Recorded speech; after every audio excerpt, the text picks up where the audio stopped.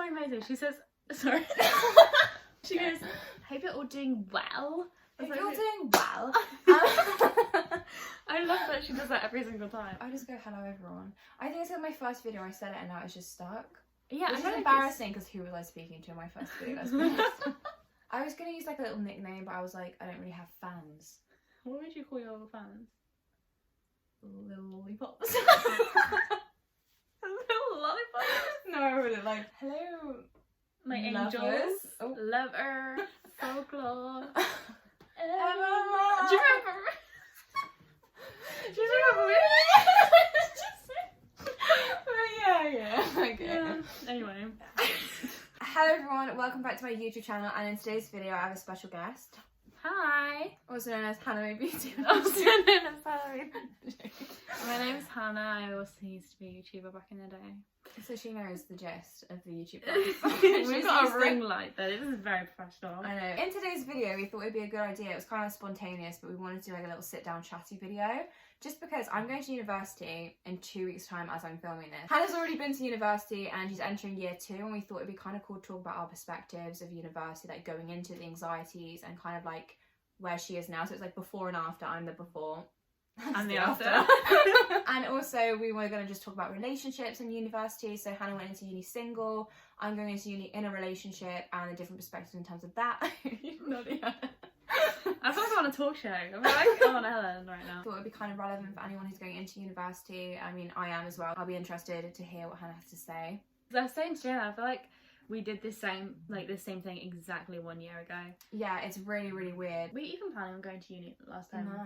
That's crazy. And I actually go like, oh my god. I know she filmed a Get Ready With Me as well, and I was like, well, I'm not going to university. And like a month later I was like, I'm moving to London. I feel like you've spoken a bit about overall how you're feeling, but now it's like getting to like the moving date. Yeah, I feel like with university there's like a lot of expectations. You should be excited for it. You're going to go to freshers, you're going to get drunk, you're going to live the best nights of your life. It's going to be amazing. And I think at the start I was thinking that, and I was thought, oh, so I'm so excited to go to university and I'm going to have so many opportunities to make friends, do well in my career, whatever. But now it's approaching, I'm just like, oh, what if I regret going to uni? What if I regret like spending all this money? What if I like don't actually enjoy the course? What if I'm like not good at what's in the course? Just loads of anxieties about stuff, and it's more just because it's actually happening now. And I think a few months ago I was just like living in my head thinking, I'm gonna go to London, that's so cool, and I'm like, whoa, I'm actually moving to London. And I don't feel prepared for it, but there's nothing else I can really do. As you guys have seen on my channel, I've got all the stuff for it. I am prepared. You were in the same position as last year. So like, how did you feel? Like, as you're approaching year 1? Sorry about that. Sorry about that, guys. The camera just turned around. I was so concerned with like how my room was going to be. And I also was doing shared bathroom, which you're not doing.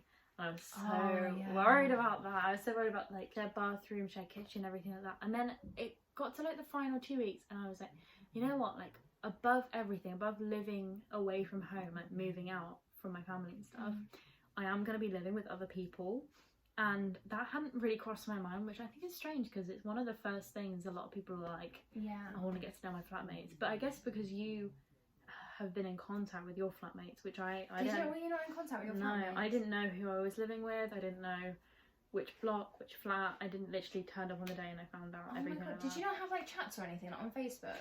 No, I think there was, but for some reason I didn't find them. I just met them on the first day. Yeah. And no, had they already been in a group chat?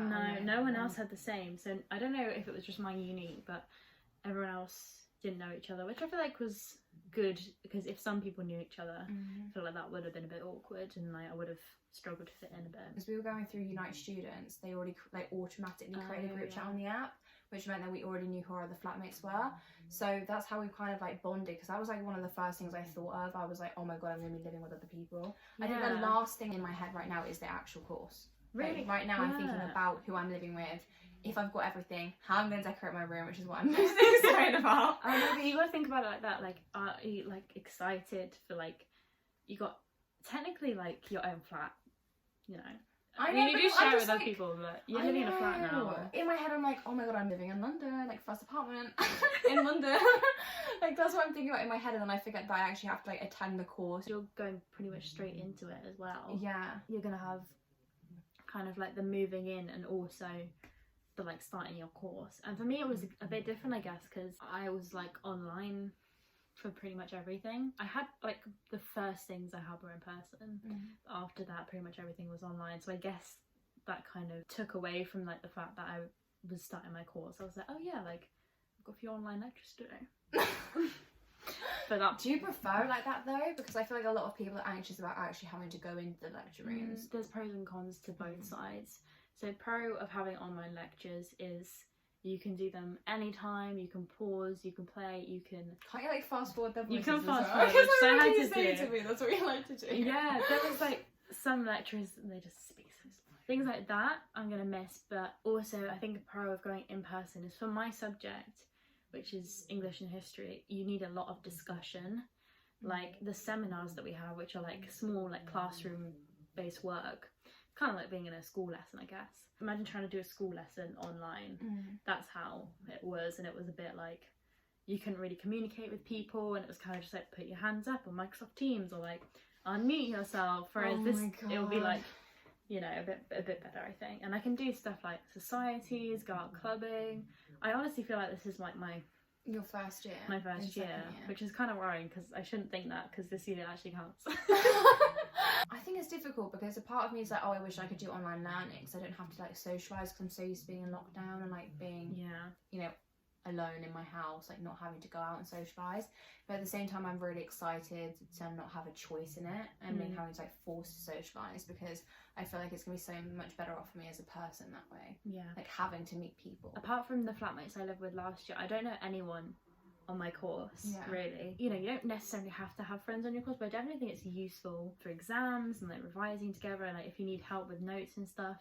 That kind of like support that you had in high school, you don't really have with like your peers in uni. Sorry, it feels like there's literally a sesh going on downstairs. It's just my brother on his own playing music. It's just like so. These are struggles I'd have at uni, not at home. Yeah, this is literally what it's like. How are you feeling about that? Because like I didn't even realise that was a thing until I got there. It's what, just, like, people like playing loud music? Just being like in a loud environment. Is it loud? Because like that's what I'm worried about. I would say you're okay if your flat's okay. Do you know what I mean? Yeah. So if it mostly depends on the people you live with then, rather than like the block. Yeah. I'd say if your flatmates are loud, then it might be quite regular, because obviously the walls, you're like right next to them. But generally, I'm so worried about the walls being really thin as well. It's just like random stuff like that. I'm worried about like how thin the walls are and if people can hear me, and like taking a children's room and like, you know, going into the kitchen for breakfast in the morning. I'm gonna have to get fully ready before I go into the kitchen, because like at home I just like throw my dressing gown on, go downstairs, grab breakfast, I'm fine. I'm actually gonna have to put an effort. It's things you don't even think about. Like, do you have to get dressed every time you go into the kitchen? I feel like at the start of the year I did. Yeah. By the end of it, most people have seen each other in their pajamas. And they just don't care. Because like basically Jacob, my boyfriend, he always gets fully dressed. Like he even puts shoes on. Like first thing in the morning, he'll like brush his teeth. He'll put shoes, socks, jeans, t-shirt on, just to go downstairs and and he'll shower. I just don't have that energy in the morning. I feel like in the first few weeks you want to make a good impression, and you're kind of just getting used to living with each other. But once you've lived with each other for a while, you can just be in the kitchen, both cooking, and not have a conversation. And that's so awkward. I know, to me, though. It seems awkward now, but it's just like you it's get like used with to your it. family, isn't it? Like, you don't have like, to speak to them, and then you can go in your pajamas. At the end of the day, like you are in a not confined space, like a communal space. You're forced to be together, so you make it work. You're forced to be together. Honestly, that's how it is. The first few weeks, I definitely made like an effort. It is quite nice, like going in the kitchen and like seeing all these people, and you're like, oh hey, like, and you're kind of going through everything together. Yeah. What did you do like the first few nights? Because I see a lot of people saying you need to get door stops to keep your door open, so then people know they can come in. I haven't got a door stop. Like, am I supposed to? No. Well, the thing is, I didn't get one because most uni doors are fire doors. Yeah. So most door stops can't get in there unless it's like a house. Think of that. Unless it's like a house, like that kind of door. But most of them are like fire doors, so they need a lot to stop them. So I didn't. The first day I was just moving in. The second day, my parents left. I was so sad. I was just sad the whole day. And then one of my flatmates asked if I wanted to go on a walk with them around campus. And that was like the first time I'd spoken to everyone. At night, it was kind of just a little bit of a weird thing where everyone in their flats would go outside and just talk Oh, to like the everyone. green area. The green area, but like all around the uni. You'd go around the uni, everyone would be doing the same thing. Oh, that's actually so cool. I don't know if it was just like a random thing, but it happened quite a few times. And I really think it's a good way to meet people, because you're just like, you're out there in your flat, you got some drinks on you, just talking to people. Oh, that's such a good idea. But then again, we had no like clubs open or like big events or anything. So maybe that was the solution, but I still think that was good. I feel like with big events though, I don't understand how it helps you meet people. If there were like flat parties, I think, and you go to like flat parties, that makes more sense to me. If you're going to a club, like, it's a great experience and it's going to be a fun night out, but I don't think it's the best way to meet people. I agree. I think it's best to meet people at flat parties, and then once you've got a good group of friends to go to a club with, that's going to be so much more fun, because you're not worried about being on your own or trying to make friends. How are you feeling about like socialising and meeting people? How do you really feel about it? In terms of my flatmates, I'm not worried. Yeah. Because basically with the group chat, with everyone's been speaking to each other, so I have like an impression of everyone, and they're all like really good people. They seem really, really nice, so I'm like excited to meet them because we've already been kind of speaking on social media. But then with the course group chat, it's like, it's so big, like you can't really make like individual connections with anyone. So I think I'm more worried about the course than I am actually living with people. Yeah, because you've got a lot of practical things, haven't you? And like the lecturer will be like, okay, you guys have to pair up and you guys have to like, like you go into groups. Yeah, it's almost like first day of school. You're literally forced to talk to people, and they'll be like uncomfortable, you'll be uncomfortable, you're in the same situation. So I think that will be actually a really good time to make friends, because it's a bit different when you're in a lecture, because you're literally just like sat next to each other. I'm excited because everyone else is in the same position, so everyone wants to make friends with you just as much as you want to make friends with them. That's the like vibe I get, because everyone's like, oh my god, first year in uni, like I'm so excited. I want to speak to everyone and go out with everyone and socialise, and I feel like because people are going to give the same energy that I give to them, I'm not too worried about making friends. I was going to like, well, in terms of socialising, talking of socialising, like change the topic. As I said at the start of the video, Hannah went into uni single. She's now got a boyfriend. And I just thought it'd be interesting for you guys, because I'm obviously thinking about socialising in terms of making friends and stuff. Then also a lot of guys and girls are thinking about like meeting people. There's going to be a lot of single people there wanting to have some fun. So I thought it'd be good to like give Hannah's perspective, because she went into uni single, like not really an intention of meeting anyone. You just went and just thought, whoever I meet. Yeah, so what was it like for you then? Like, did you feel like you were supposed to meet someone when you got to uni? I think I was so nervous about moving in and starting everything. I was like, that isn't even a priority for me right now. And my relationship kind of happened naturally. We were friends, and I think mine was different because we were flatmates as well. Flatcest, so everyone says they do Flatcest, but I disagree, because obviously I did. I think it's so cool because you're just put into this flat with like random people. What are the chances you're put with a random person and you like commit Flatcest and it actually works out? That literally blows my mind, because I'm like, what if I was in a different flat? What if I was in a different block? Like, what if I chose another uni? Like, I wouldn't even have this life that I've got right now. A lot of people say don't get with your flatmates. And obviously I also am living with him next year, which was a decision I made before we got in a relationship. So I knew that we were like good enough friends to live with each other. I didn't know at that time that it would progress to be anything more than that. But obviously I'm glad it did. I feel like there is a huge stigma about getting with people that you're living with, but I also think it's the best way to get to know someone is because you're living with them. You see them pretty much all the time.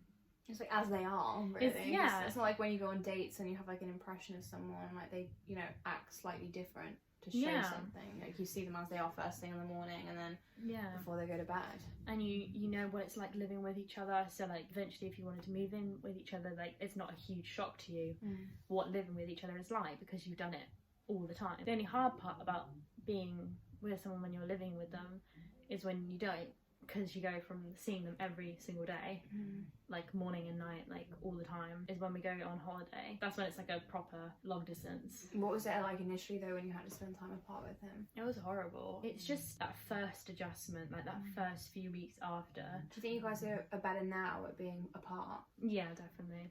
I feel like most couples, after like some time, it does take time to get used to it. but you know your routines. I know that I'm not going to speak to him all day every day anymore. I know that he's got stuff going on, I've got stuff going on, I'm working, he's doing stuff, and you just kind of have to be a little bit patient and respect their time and their schedules. Because I feel like when you're with someone every single day, though, it would be difficult to spend time apart. You don't want to depend on each other too much because you're so used to being with them all the time. To then have that separated, it's about like how you guys cope separately. Yeah, and I'm definitely like not perfect, because I think I was pretty dependent on him for the first time we were apart. Yeah. And I didn't know it. It's hard not to be, though, because you don't know any different. When you're in a relationship, like, the biggest test is when you move in together, because little things will start to annoy you, but you guys have kind of flipped it and started by living together. Yeah. So I guess it's perfect, because it means you already know what could potentially get on your nerves and what doesn't. Yeah. How do you feel about your one? your bloke. You survived like 3 lockdowns together. Yeah. And he, although he's not that far away at the moment, he hasn't been living as close. Yeah. So I feel like you've gone through a lot. How do you feel about kind of making this next step into long distance? It's definitely going to be difficult as well, because I can't really give like any of you guys watching any advice because I haven't been through it yet. But I've been seeing like lots of TikToks on tips to do, and we were speaking about this earlier about like arranging the next time you're going to see that person. And that's the best thing you could do, because you've always got something to look forward to, and you always know like your days are working towards that person. But at the same time, like, he's at university, so I know he's going to be busy and distracted with his own stuff, and I'm going to be busy and distracted in my own stuff. I feel like it would be difficult if, like, I mean, I don't know how he did it, because obviously he went and I was on my own, but that was really tough, because he was out there socialising, making new friends, meeting new people, like, living a new life, and I was kind of, like, sat at home, and it felt like I wasn't doing anything important, and I was kind of, like, just waiting for him to be free, and that's, like, the worst stage in a relationship that you want to get at, where you're, like, waiting around for someone else. Yeah. So I'm so glad that, as much as he's settled, so he does have more free time now, and it's not as much of, like, a freshers hype, where you constantly want to go out and meet people. He'll definitely be doing stuff, and I'll be doing stuff, so I feel good that I won't feel guilty for, like, wanting to go out or wanting to socialise or wanting to be busy, because in some way he'll be busy as well. So I feel a lot better about that. It's just the general distance. Like, I see him every Friday, so to go from seeing him like every week to like not seeing him until like once a month, if we're lucky enough to do that, because he's going to be busy, I'm going to be busy. It's going to be like FaceTime calls, phone calls, text messages.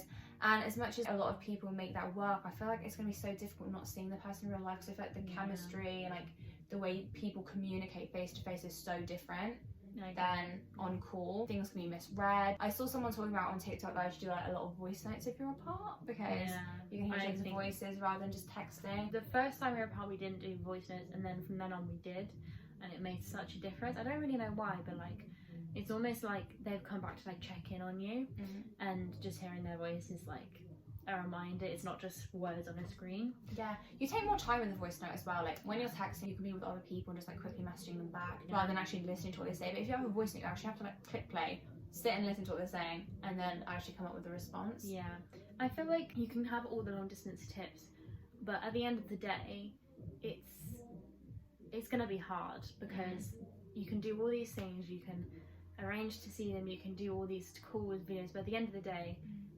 they're far away from you, and that is the biggest thing for me when I'm not with my boyfriend, is just the fact that like, if I want to go see him, it's so far. It would be like a train ride, and then a tube, and then a bus.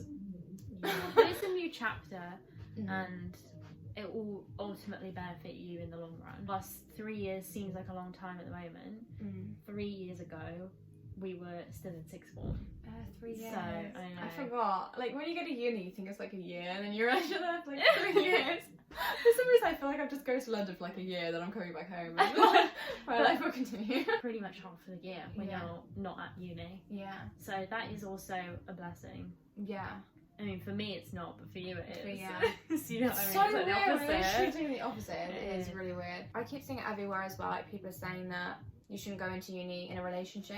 I think that's bull. Like, even though you went in single, you had a relationship pretty fast, so we're kind of similar in that sense. Yeah. I don't think, like, if you wanna be single and do stuff with other people, you shouldn't be in a relationship, period. Why are you going into it with negative thoughts as well? Why are you going into it assuming things are going to fail?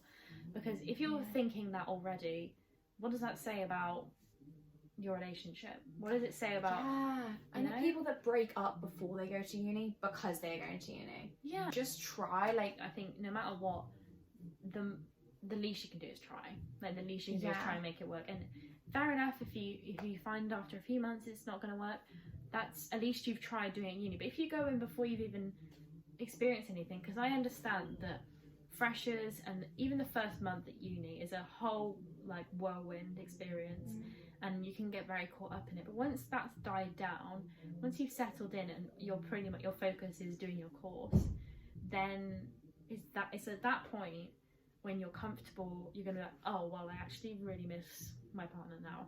Yeah. Like, now that I've gotten over the hype of being able to do whatever I want. Yeah, I feel like the initial hype is the worst period for a relationship. Yeah. Because like the other person, or both people, if you're both going to uni at the same time, they're really, really busy and really caught up in the momentum and the moment. I feel like that's when people start to like break it off and they're like, this isn't working, whatever.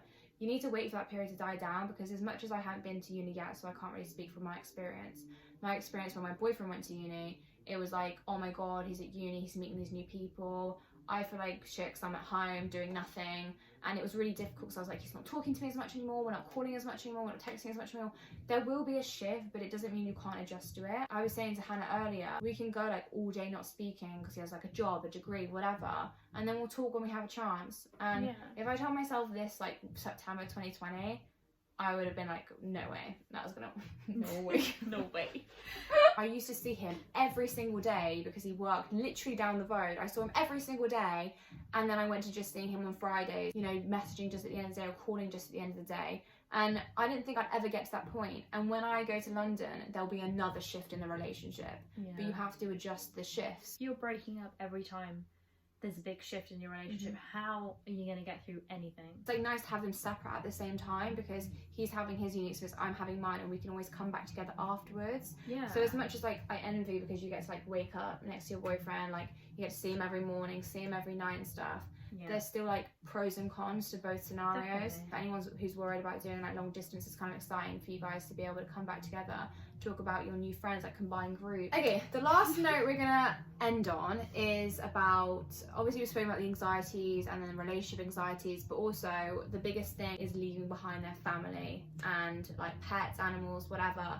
So I wanted to know how you feel, because that's something I'm particularly worried about, which is leaving my family behind, saying goodbye to all the animals and stuff. At the end of the day, I was really, really nervous to leave my family, especially because I'm quite a homebody. Some people I know like can be out of the house 24/7 doing whatever, never at home, and I just can't do that. It's not really something you can make easier for yourself. The only thing is I personally didn't stick to the advice, we've spoken about this before, but like the advice that you should stay at uni for the entirety of your first term and then come home in Christmas. I think that's good for some people, but I don't think it should be a rule for everyone, because I just needed a week at uni. I came home on the first weekend, and when I went back I was fine, because I had just experienced, you know, a week at uni. I was like, actually this isn't so bad. During that week I had the weekend to look forward to. I'm going home and seeing my family and my dog and stuff. And then when I came back and I was like, actually my family aren't that far away. It's a few hours drive, but they're still there. I could always go home when I want to, and I'm just excited now. It took me that little break just after the first week to get excited, and then I didn't go home again until Christmas.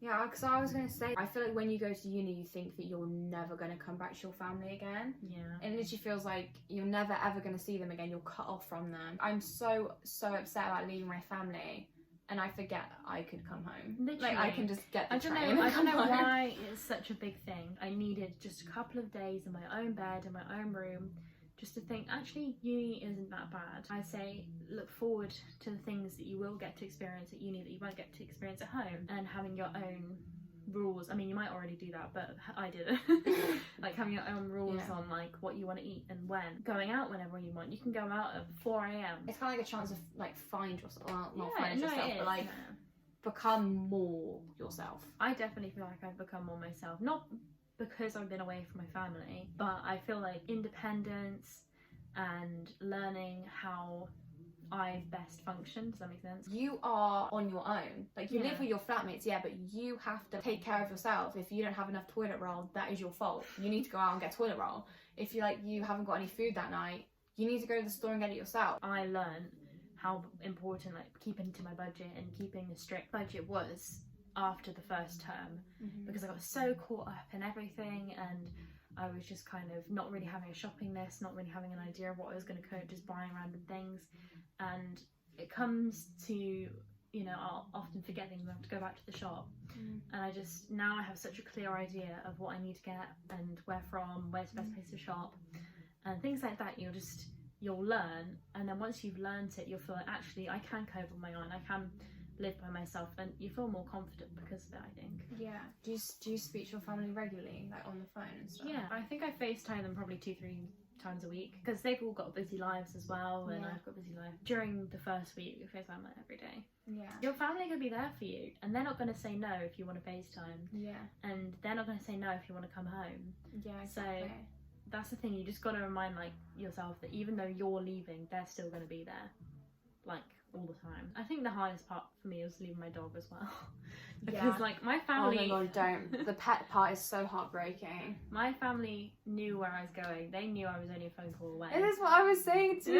I was like, they don't know where you are. Like, they think you just go, and they don't know why you've gone, when you're coming back, like why you've left That's them. like something I don't really have any advice for that, because it's so... How did you even adjust? I literally don't know so how I'm going to hard. cope with something like that. I don't really know. I think I just kind of had to get used to the fact that my dog Yeah. was at home. Because you have no choice. You don't have have a to just choice. adapt to it. There's nothing you can do. Yeah, you'll get to see your pets when you're at home, and that's like for when you go home. Do you get what I mean? And I left my dog that last day. I broke down in tears. I'm going to be an absolute mess. It reassures me knowing you've gone through it, because you are going to adjust. Yeah, I was kind of like, why is no one else like upset about leaving? But you don't know what's going on with them behind closed doors, so you never know.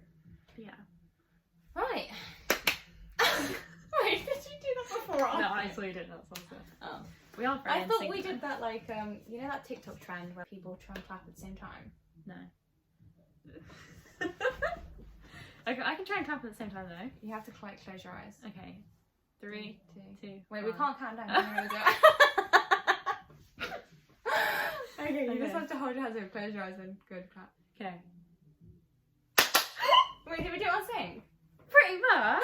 Like, pretty much. Oh my god. That is the end of today's video. I hope you guys all enjoyed. Let me know if there are any more questions in the comment section down below, because obviously we didn't answer people's specific questions. We just wanted to talk through like how we're both feeling about the stages in our lives that we're in right now. I hope you guys all enjoyed today's video, and thank you, Hannah, for coming on to my channel. Thank you for having me.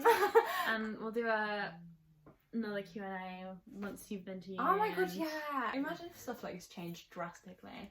That'd be depressing. Imagine I'm dead. Part 2. She did die. She gone. Wait, what did we used to do? We used to What?